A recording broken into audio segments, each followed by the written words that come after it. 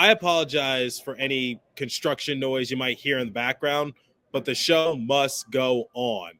Jacob Markstrom picked up another win, and Sheldon Keefe had high praise for him post-game. And also, Ondrej Palat has been scoring at a decent clip the last few games. We have a lot to break down here at Locked On Devils, coming to you from the Enterprise Center in St. Louis. Buckle up, everybody. You're Locked On Devils, your daily podcast on the New Jersey Devils. Part of the Locked On Podcast Network, your team every day.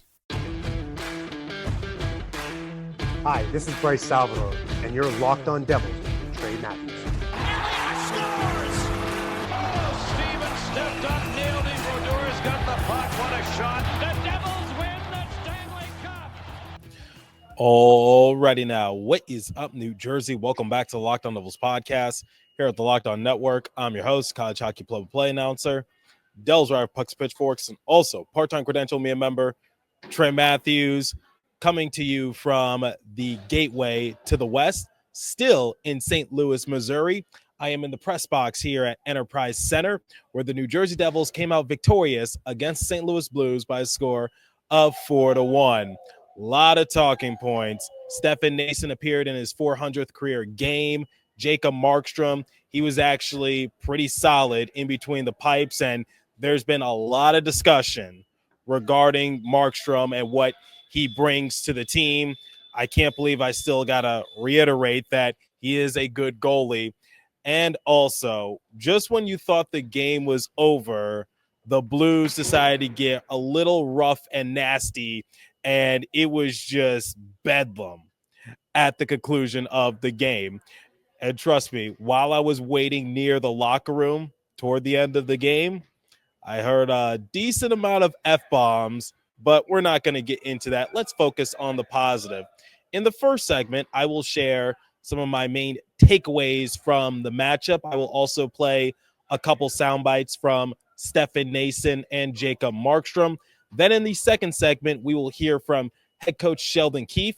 And I'm also going to do something a little different. As you guys know, I like to name my personal 3 stars of the game and list some honorable mentions as well.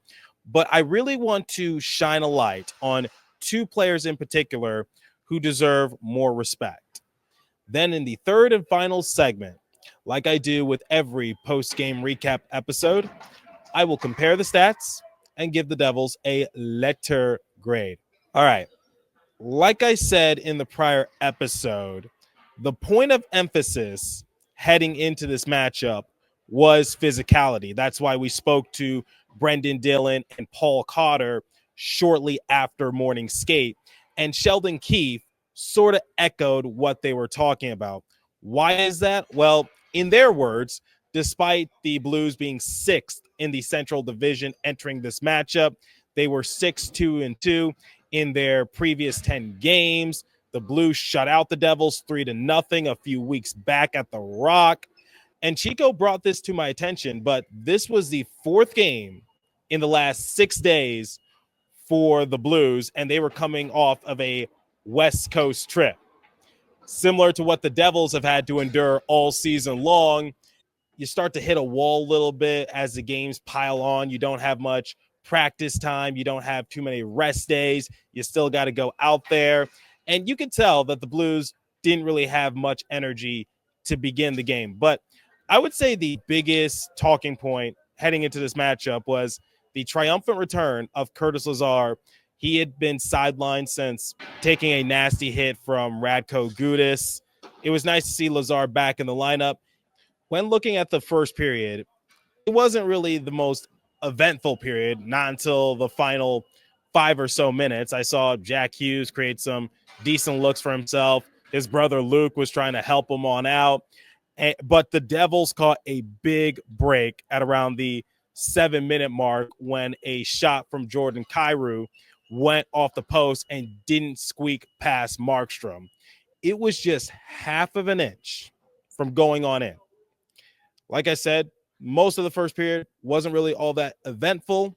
That was until Luke Hughes created a perfect dump and chase play, and Ondrej Palat powered the puck on in. I didn't know he had that type of fuel in him, quite honestly. He seemed to be mad at that puck, like it did something personal to him. But nonetheless, he got it past Jordan Binnington, and that was Ondrej Palat's third goal in the last 4 games. So the Devils are up to a 1-0 lead heading into the first intermission. The second period was more or less the same, but Luke Hughes continued to impress from a defensive standpoint. There was one instance in which the Blues were going on a breakaway, and he used great stick work to negate it. Just a small example of how defensively Luke Hughes has improved his game. If I've said it once, I've said it 1,000 times. But a little later, Nathan Walker was called for tripping Nathan Bastian. And the Devils' power play has been ice cold the last few games. I would say that this is the first time this season that the Devils' power play has been somewhat stagnant. They have laid nothing but goose eggs their last few outings, but they were still racking up the wins. So it didn't really matter all that much. But in his 400th career NHL game, Stefan Noesen would not be denied, playing hard nose in front of the net and doing whatever it took to jam the puck on in. He was relentless. I asked Noesen about this post-game. I said, I'm sure scoring the goal was sweet, but it had to be sweeter knowing everything Noesen has been through, him having to deal with injuries, starting over in the AHL, winning the Calder Cup in the AHL, getting another chance with the Carolina Hurricanes, having to show out in the regular season and playoffs.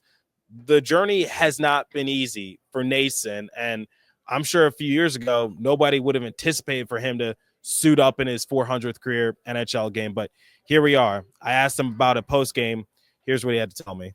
Noesen, 400 career games. I'm sure it was sweet to score that power play goal, but how sweeter is it knowing everything you've been through with injuries, the AHL, having to prove yourself on the Hurricanes, to now landing here in New Jersey once again? Yeah, it's obviously it's pretty surreal, and I got to thank my family a lot. We went through ups and downs throughout this whole entire process, and they've stayed behind me this whole entire way, and hopefully got another 400 left in me, but we'll see. Yeah. What can you say about the physicality in this game, because that seemed to be a point of emphasis?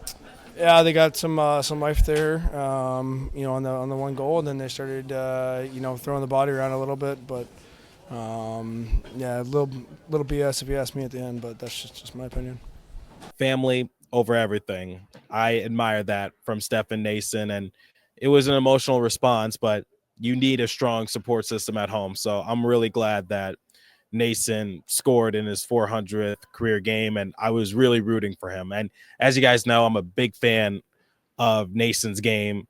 I really wanted him to have a good performance. Then here comes the third period. And Brendan Dillon, he caught the puck out of the air, and he let a quick shot go, and Binnington just lost it flat out. And now Dillon has 2 points in his last 3 games. Dillon does not get points all that often, but I'm glad that he was able to net his second goal this season. As the game progressed, I was really hoping that Jacob Markstrom would walk away with a shutout. But after barely missing a goal in the first, Kyrou finally got some payback after the Blues got an extra attacker and pulled Binnington temporarily. Even though that's a goal that I'm sure Markstrom would have liked to have back, I'm still satisfied with his performance. And here's what he had to say to us post-game. Jacob, after tonight, you are now tied for second most wins in the NHL. I know you and Fitzy talked about always wanting to improve, but for right now, how satisfied are you with your performance and your impact on this team? Me and Fitzy? You talking about improvement. Yeah, no, for sure. I think, we got to keep going. We got something good going, but, we're not halfway through the season yet, so it's still early, and I feel like I can improve, and I feel like we got something good, but you got to keep working, and it starts in practice. We're doing the right things, and when you do that, the game comes a little easier when you work hard in practice. Obviously, season is still relatively young. We're almost at the halfway mark. Markstrom has been good for the most part, at least in my opinion and what I see from my perspective. And the ultimate test for him will be playoff time. Can he do that 4 times out of 7 against the same team? But we're still a ways from that. But just when Jesper Bratt got the empty netter goal to put the Devils up 4-1, you thought this game was over, didn't you? I sure as hell thought it was over. Well, the Blues did not go down without a fight, literally, because there were so many penalties within the final 90 or so seconds. Jake Neighbors roughing against Stefan Noesen. Braden Shen roughing against Jonas Siegenthaler. Stefan Noesen roughing against Neighbors. Jonas Siegenthaler roughing against Shen. Shen roughing against Jonas Siegenthaler. It was just a complete mess. It was bedlam. It was chaotic. And similar to what Stefan Noesen said in his respective soundbite, it was complete BS, and you could tell he was a little frustrated. But anyway, Devils came out victorious 4-1. They've evened up the season series, 1 apiece. They gave the Blues some comeuppance, had a good performance in front of the Blues fan base. Let's just leave it at that. All right, we're going to play the soundbite from Sheldon Keefe momentarily, and I will share my main takeaways from it. But before we continue, let me tell you guys about Select Quote. The World Series, Super Bowl, Olympics, the world's top athletes get to play in these top-level sporting events thanks to one thing, teamwork. And teamwork can also protect your financial legacy and your family's future. Select Quote's licensed insurance agents are the perfect teammates when shopping for customized, affordable life insurance. They can find you the right policy to keep your financial legacy safely in your family's end zone. And I'm sure a lot of people, including myself, would like to have that.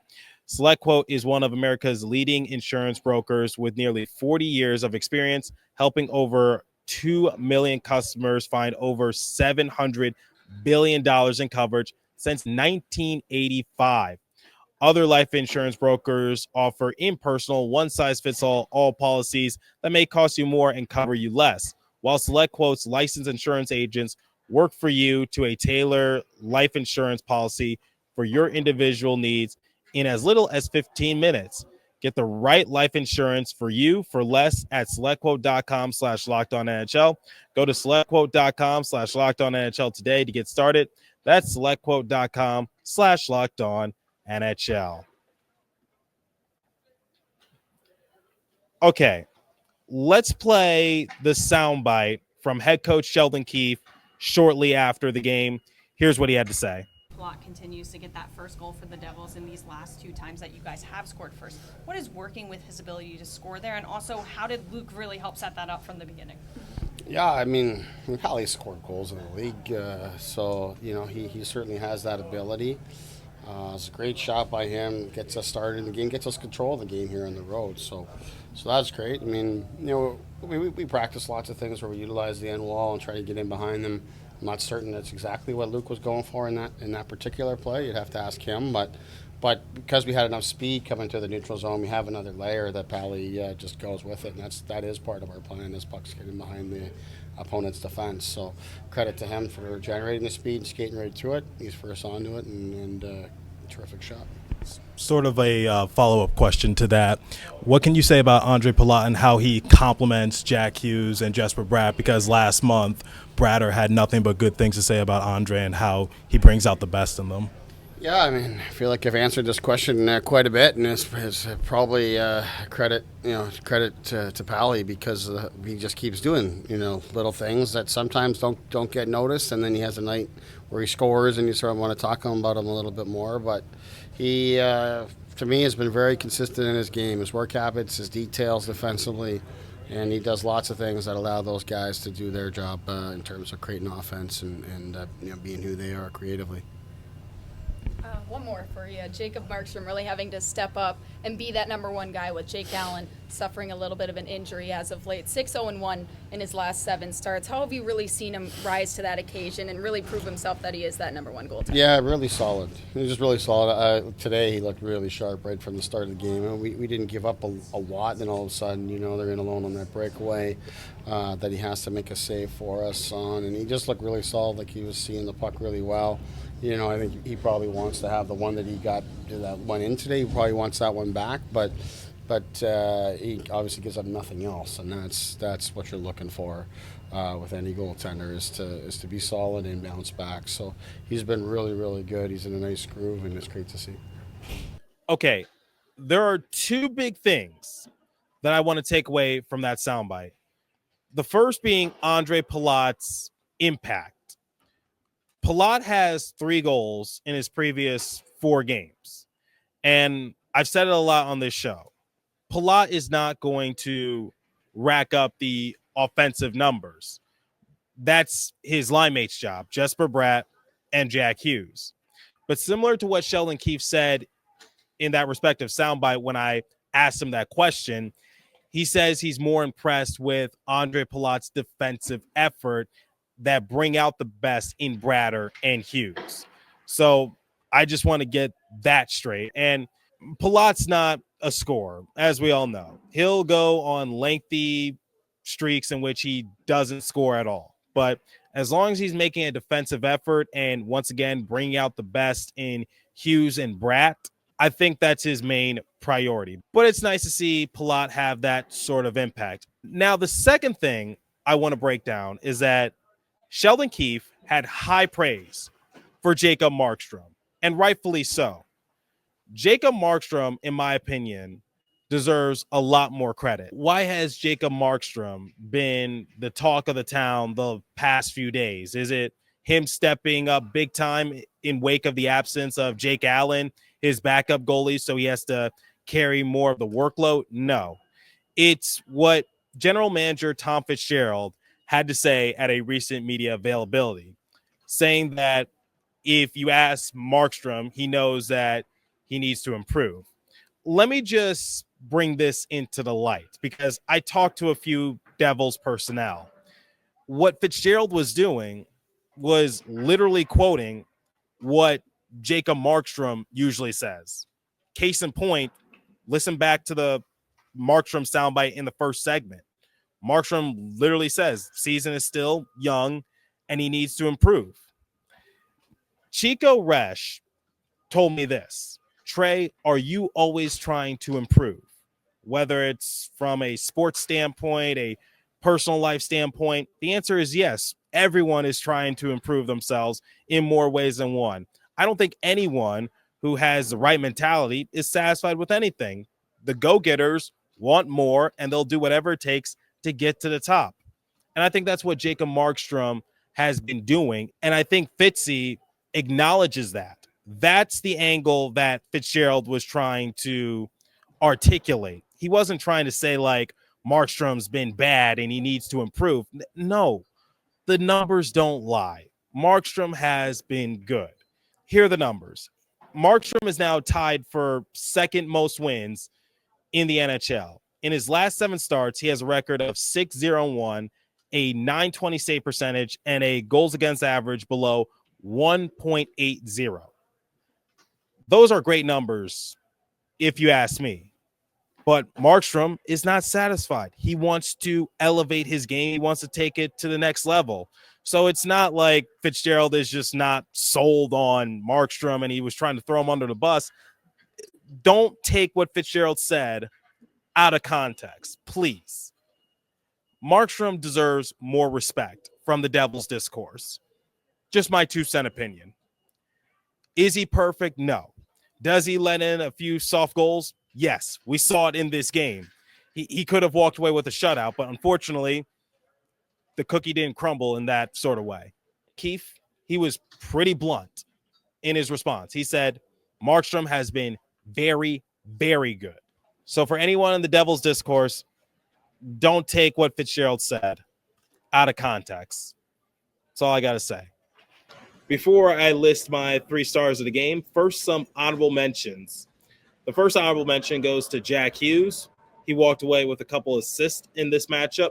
He got the secondary assist on Stefan Noesen's power play goal, and he got the primary assist on Jesper Bratt's empty netter goal. Speaking of which, another honorable mention, Jesper Bratt. Been loving his point production all season long, and he walked away with a goal, albeit an empty netter, but still, a goal is a goal, and I'm not going to take that away from him. My third honorable mention goes to Brendan Dillon.